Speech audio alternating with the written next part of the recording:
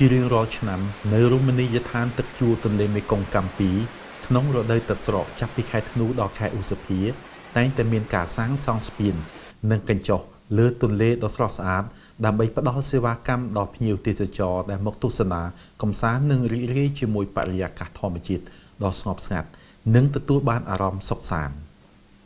ស្ពាននិងកញ្ចុះទាំងនេះត្រូវបានសាងសង់ឡើងដោយប្រើប្រាស់វិធីសាស្ត្រពិសេសដើម្បីធ្វើឲ្យភ្ញៀវទេសចរអាចរីករាយនិងទទួលបានបទពិសោធន៍ដ៏ពិសេសនៃទន្លេមេគង្គព្រមទាំងជាទីកន្លែងសម្រាកផងដែរការសាងសង់ស្ពាននិងកញ្ចុះទាំងនេះគឺជាចំណែកមួយដ៏សំខាន់ក្នុងការទាក់ទាញភ្ញៀវទេសចរឲ្យមកទស្សនានិងស្វែងយល់ពីភាពស្រស់ស្អាតនិងសម្រស់ធម្មជាតិរបស់ទន្លេមេគង្គនៅទីនេះមន្ទីរទេសចរគឺចូលរួមជាគំនិតបច្ចេកទេសទៅលើការរៀបចំបាទប្លង់ទីតាំងរោងបាទដែលសង់នៅលើខ្ចុះនេះហើយនៅក្នុងនោះផងដែរមន្ទីរក៏បានបដិបដាលទៅលើការងារ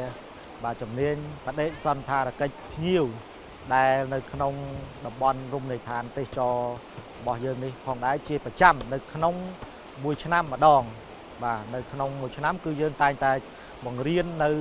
គេថាជំនាញបដិសណ្ឋារកិច្ចសម្រាប់ការទទួលស្វាគមន៍ភ្ញៀវទេសចរបាទហើយ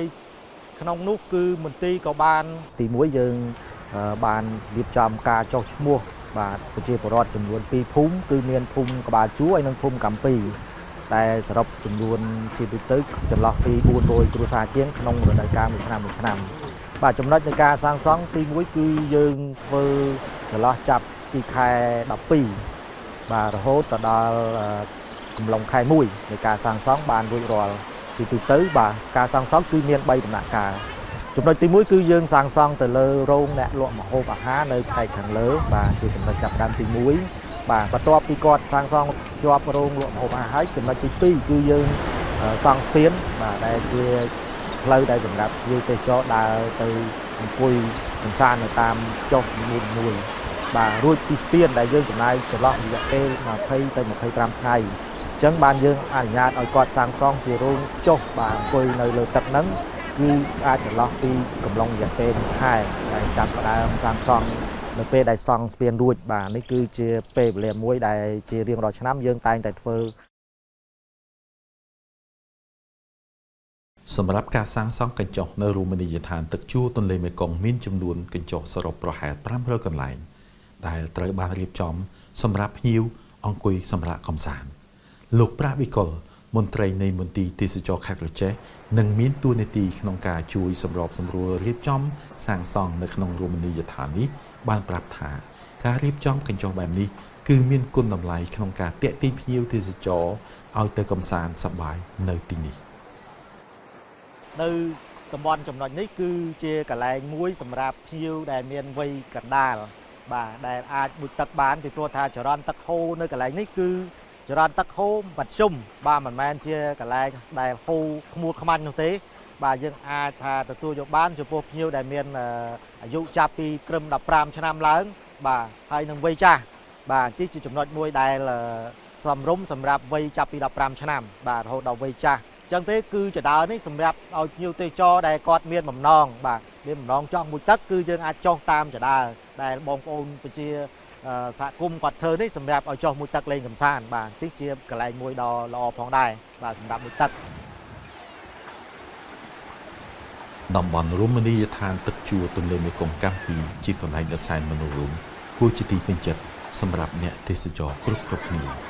នៅទីនេះយើងអាចឃើញគុណមើលទិដ្ឋភាពដ៏ស្រស់ត្រកាលដែលមានដើមឈើដុះតូចធំផ្ដល់ម្លប់ដ៏ត្រជាក់អមដោយទឹកធ្លាក់ជាអន្លើបង្កើតបានជាសម្លេងឡើងដូចជាការប្រគំតន្ត្រីគួរជាទីចាប់អារម្មណ៍ស្ដាប់កម្សាន្តទាំងនេះសុទ្ធសឹងតែជាកន្លែងដែលមនុស្សគ្រប់គ្នាស្រឡាញ់និងចូលចិត្តចង់សម្រាកលំហែបែបធម្មជាតិមកលេងកាពីនេះមានអារម្មណ៍ស្រស់ស្រាយស្លាមុខស្លាមាត់ហើយទេសភាពស្អាតឃើញទេសភាពទឹកហូរស្អាតមើលទៅគួរឲ្យចង់លេងទឹកថ្លាស្អាតហើយធម្មជាតិក៏ស្អាតចង់ឲ្យបងប្អូនលេងច្រើនកូនឆ្នាំយកឲ្យបងប្អូនលេងច្រើនហើយមកហូបឆ្ងាញ់ សេវាល្អដែរ ខ្ញុំគិតថានេះជាលើកដំបូងហើយក៏ជាលើកទី1ដែរដែលខ្ញុំបានមកលេងកន្លែងនេះពិតជាមានភាពប្លែកកន្លែងផ្សេងៗដែលទឹកនេះហូរអ្វីដែលខ្ញុំមកទីនេះគឺប្លែកពិតជាអស្ចារ្យបាទបើសិនជាបងប្អូនយើងបានមកលេងទីនេះខ្ញុំគិតថាគាត់នឹងមានអនុស្សាវរីយ៍ដែលមិនអាចបំភ្លេចបានអានេះជាធម្មជាតិពិតណាមិនមែនឆ្នៃប្រឌិតពិតជាជក់ចិត្តណាដិតអារម្មណ៍ជាមួយនឹងទេសភាពពិតកន្លែងនេះហើយបាទព្រៃឈើពិតជាស្រស់បំព្រង កាលមុនមកដូចជាមិនសូវមានមនុស្សច្រើនទេប្រងនេះដូចជាច្រើនសង់កញ្ចក់អីឃើញថាស្អាតទេសភាពស្អាតល្អអីអញ្ចឹង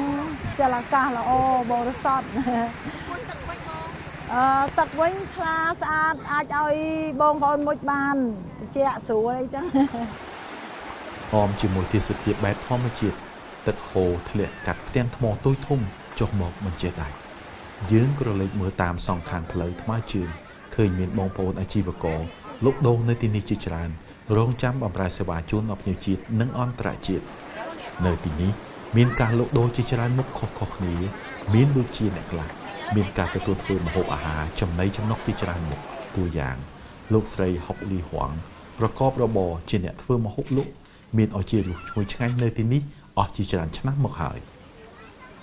នៅនេះមានម្ហូបត្រីស្ងោរជ្រក់បំពងចំហុយអញ្ចឹងស្រេចភ្ញៀវកំងណាកូនភ្ញៀវកំងអីយើងធ្វើនឹងមានមន់ស្រែ លោកស្រីលីច្រឹកជាអាជីវករលក់ដូរនៅរមណីយដ្ឋាននេះដែលរួមមានប្រហិតជាត្រីអាំងទឹកអំពៅជាដើមលោកស្រីគឺពិតជាសប្បាយរីករាយណាស់នៅពេលដែលមានភ្ញៀវអញ្ជើញមកទីនេះបានច្រើនមុខរបររបស់ពួកគាត់ក៏លក់ដាច់ផងដែរ ខ្ញុំលក់5ឆ្នាំអីហ្នឹងហើយទៅអីខាងលើហ្នឹងយើងខែហ្នឹង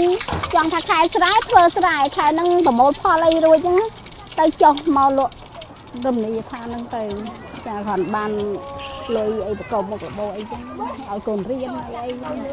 ចង់ថាបើលក់ដូរដាច់ជួយបានច្រើនដែរលក់ដាច់សុបាយចិត្ត ផ្ដាំផ្ញើភ្ញៀវឲ្យមកតំណឲ្យច្រើនចឹងថាទីរមណីយដ្ឋានហ្នឹងកន្លែងស្អាតអីចឹងទឹកស្អាតលក់អីរបស់អត់ទៅថ្លៃអីហ្មងទេសមរម្យហ្នឹងតម្លៃ សប្បាយចិត្តណាកូនឲ្យតែមែនពេលភ្ញៀវមកអមភ្ញៀវច្រើនណាកូនថ្ងៃណាដូចថ្ងៃណាអញ្ចឹងឲ្យតែមានភ្ញៀវច្រើនគឺសប្បាយចិត្តណាស់ចាបានភ្ញៀវចូលច្រើនបានទាំងម្ចាស់ស្ពានបានអ្នកលក់ទាំងអស់គ្នាគឺសប្បាយចិត្តទាំងអស់គ្នាអញ្ចឹងណាកូន បើសិនជាមានឆ្លងកាត់មកទៅខាងស្ទឹងត្រែងឬក៏ទៅខាងរតនគិរីអីចឹងឆ្លងកាត់ជិះតាមនេះអញ្ចឹងសូមអញ្ជើញចូលមកលេងរមណីយដ្ឋានរបស់នាងខ្ញុំនៅទីនេះចាមានត្រីធម្មជាតិអ្វីដែលធម្មជាតិទាំងអស់តែម្ដងបងប្អូនទៅលេងរមណីយដ្ឋានផ្សេងសូមមេត្តាអញ្ជើញចូលមកលេងរមណីយដ្ឋាននេះផងដើម្បីឲ្យពួកខ្ញុំបានចំណូលបានចូលសហគមន៍ឲ្យបានច្រើនដើម្បីយើងសាងសង់អីផ្សេងអីចឹងណា មិនខុសពីបងប្អូនអាជីវករដែលលក់ដូរនៅទីនេះនោះទេលោករតនាជាអ្នកនេសាទត្រីដោយបងសំណាញ់សម្រាប់លក់ដូរនៅទីនេះផ្ទាល់ផងនិងយកទៅលក់នៅឯក្នុងភូមិផងលោកបានឲ្យដឹងថាបានចាប់ដើមមុខរបរនេះជាច្រើនឆ្នាំមកហើយ